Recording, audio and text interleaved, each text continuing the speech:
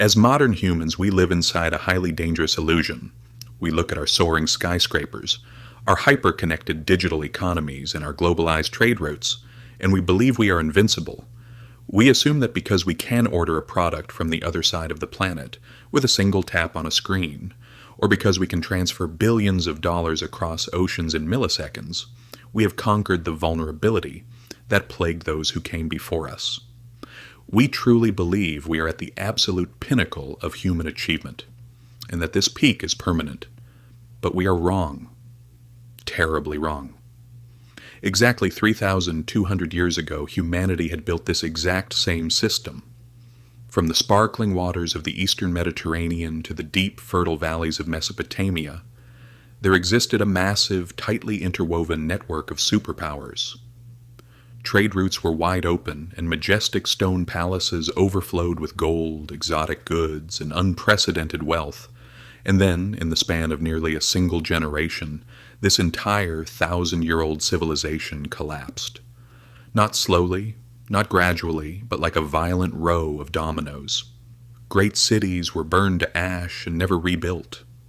Global trade ground to a complete halt. Even the very art of writing and reading was lost to the shadows of history. Humanity was plunged into a terrifying dark age that lasted for 4 centuries. Historians call this cataclysm the Bronze Age collapse. And if we look closely at the ashes of this ancient disaster, we will find the ultimate warning sign for our modern world. It is a blueprint showing us just how fragile our indestructible systems truly are. To understand how the world ended, we must first understand how glorious it was before the fall. Around 1300 BC, the Late Bronze Age was enjoying its absolute golden era. The geopolitical stage of the ancient world was occupied by towering giants, empires so vast and powerful that they seemed destined to rule forever. Along the banks of the Nile stood the dazzling Egyptian New Kingdom, a superpower of unmatched wealth, architecture, and agricultural abundance. To their north, ruling the rugged peaks and formidable fortresses of Anatolia, were the Hittites, a terrifying military machine and masters of diplomacy. Across the Aegean Sea, the Mycenaeans built massive stone citadels in Greece, their ships dominating the maritime trade. And further east, the legendary kingdoms of Babylon and Assyria ruled the ancient rivers of Mesopotamia. These empires were not isolated. They were connected at the hip, bound together by a complex system of international treaties, royal marriages, and constant diplomatic correspondence. Kings wrote letters to one another on clay tablets, addressing their foreign rivals as "my brother." They traded precious gifts, shared technological secrets, and established the world's very first globalized trade network. If a merchant ship set sail from a port in Canaan, it carried goods destined for palaces thousands of miles away. It was a beautiful, prosperous, and highly sophisticated world. But this entire global engine relied on a single critical resource. That resource was bronze. Bronze was the high technology of the ancient world. It was the silicon chip of the 2nd millennium BC. The sharpest swords, the strongest armor, the most efficient plows, and the grandest statues could only exist because of this metal. If you did not have bronze, you did not have an army. If you did not have bronze, you could not feed your people or defend your borders. But producing bronze was a logistical nightmare. It required the perfect fusion of 2 distinct metals, copper and tin. And here lay the great vulnerability of the ancient world. Copper was abundant, primarily mined on the island of Cyprus, so much so that the word copper actually derives from the island's name. But tin was incredibly rare. There were no major tin deposits in the Middle East. To get the tin required to make bronze, empires had to secure trade routes that stretched thousands of miles away, deep into the mountains of modern-day Afghanistan, or across the treacherous waters of Europe to the distant shores of Cornwall in Britain. This was the ancient world's oil crisis. No single empire possessed both copper and tin within its own borders. To survive, they had to cooperate.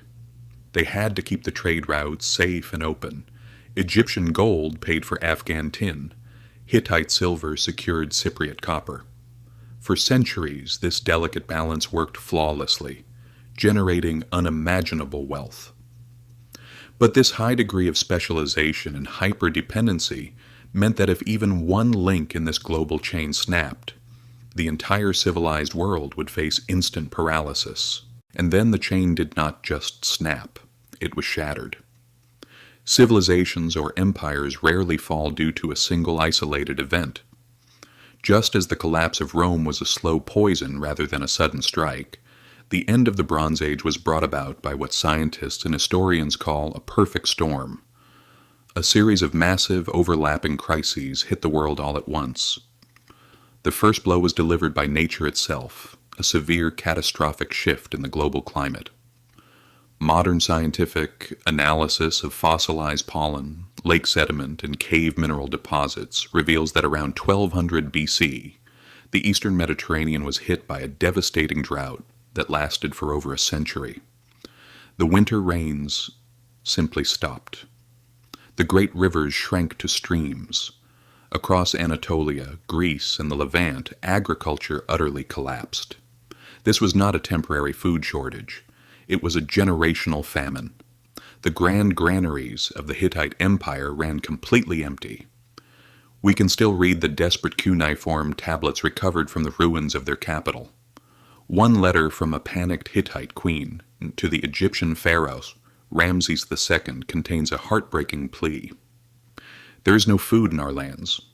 My people are dying. If you are my brother, send grain. But Egypt, too, was beginning to feel the dry heat of the changing climate. As if starvation was not enough, the earth itself turned against these ancient empires. During this exact period of intense drought, the region was struck by what geologists call an earthquake storm. This is a rare phenomenon where a major tectonic shift triggers a sequence of violent, high-magnitude earthquakes along a fault line over the course of several decades. One by one, the magnificent stone fortresses of the Mycenaeans in Greece were shaken to their foundations. The massive walls of Troy, Tiryns, and Mycenae cracked and crumbled. The great coastal trading cities of the Levant, built to withstand sieges, were turned to heaps of rubble in a matter of minutes. The physical infrastructure of globalization, the ports, the defensive walls, the palace storehouses, was heavily damaged. The empires were left physically shattered, economically broken, and deeply vulnerable. With no food in the fields and their majestic cities in ruins, the social fabric of these empires began to unravel.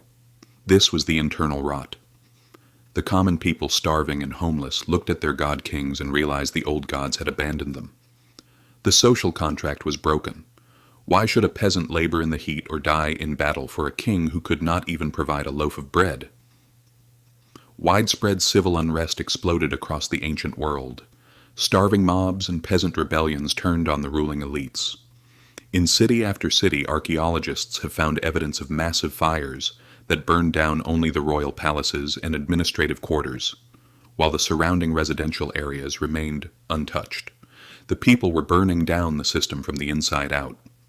The administrative systems collapsed, taxes could no longer be collected, and the professional armies, unpaid and undernourished, began to dissolve. In the final days of the Bronze Age, the atmosphere inside the royal archives must have been thick with terror and despair.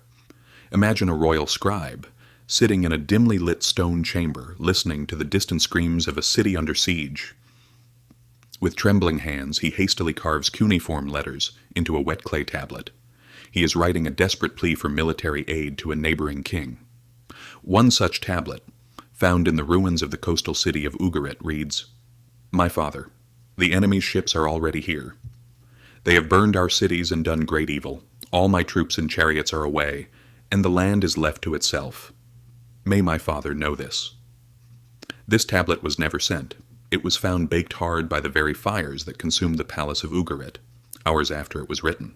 It remained buried in the ash for over 3,000 years. A silent, frozen cry for help from a world that was actively burning. And then, Emerging from the smoky horizon of the Mediterranean Sea came the final executioners of the Bronze Age. Ancient Egyptian records call them the Sea Peoples. They were a mysterious, terrifying coalition of seaborne raiders, warriors, and migrating families. For over a century, historians have debated their true identity. Were they invaders from Western Europe? Were they displaced Greeks? Today, we understand that they were likely not a single ethnic group, but a desperate migrating mass of humanity. They were refugees fleeing the very same droughts, earthquakes, and collapses in their northern homelands. Armed with new, cheap iron weapons, they swept down the coasts of the Mediterranean like a swarm of locusts, looking for food, land, and survival. They raided coastal cities, cut off maritime trade, and put the weakened empires to the sword. The Hittite Empire was utterly erased from history, its cities abandoned to the desert. The Mycenaean kingdoms fell one by one, their language and culture disappearing. Egypt managed to survive by mobilizing every last resource to defeat the Sea Peoples in brutal land and sea battles, but the victory left the empire completely bankrupt, isolated, and permanently weakened. The Sea Peoples did not cause the collapse. They were the final symptom of a system that was already terminally ill. The real killer was hyperdependency. When the climate shifted and the trade routes were severed, the entire specialized world simply could not survive. So, what is the ultimate takeaway from the Bronze Age collapse? Why does a 3,200-year-old tragedy matter to us in the modern era? It matters because we have built a system that is structurally identical. Today, we do not rely on tin, but we are entirely dependent on silicon microchips. We do not depend on copper, but our entire global infrastructure runs on lithium, cobalt, and oil. Our smartphones, our electric vehicles, our medical systems, and our food supply chains are tied to a global, incredibly delicate web of trade. A minor escalation in Eastern Europe skyrockets food prices in Africa. A single container ship wedged in the Suez Canal halts global trade by $9 billion a day. A geopolitical crisis or an earthquake near a semiconductor plant in Taiwan can instantly paralyze automotive and technology manufacturing in Germany and the United States. We, just like the citizens of the late Bronze Age, are standing in the shadow of our own potential perfect storm. We face rapid climate shifts, rising geopolitical tensions, resource wars, and an absolute arrogant belief that our modern civilization is too advanced, too smart, and too powerful to ever fall. But history has taught us a brutal lesson. The larger and more connected a system becomes, the more catastrophic its collapse will be when the foundation cracks. Civilization is not a permanent state of being, it is a fragile agreement, a delicate dance of trust, cooperation, and resource flow. If we take that flow for granted, we risk repeating the tragedy of the Bronze Age. The barbarians at the gate might finish the job, but the real threat is always the delicate, fragile design of our own making. History didn't stop teaching after the Bronze Age. The question is, are we finally ready to listen? If this gave you a new perspective on our modern world, hit subscribe. History has the answers.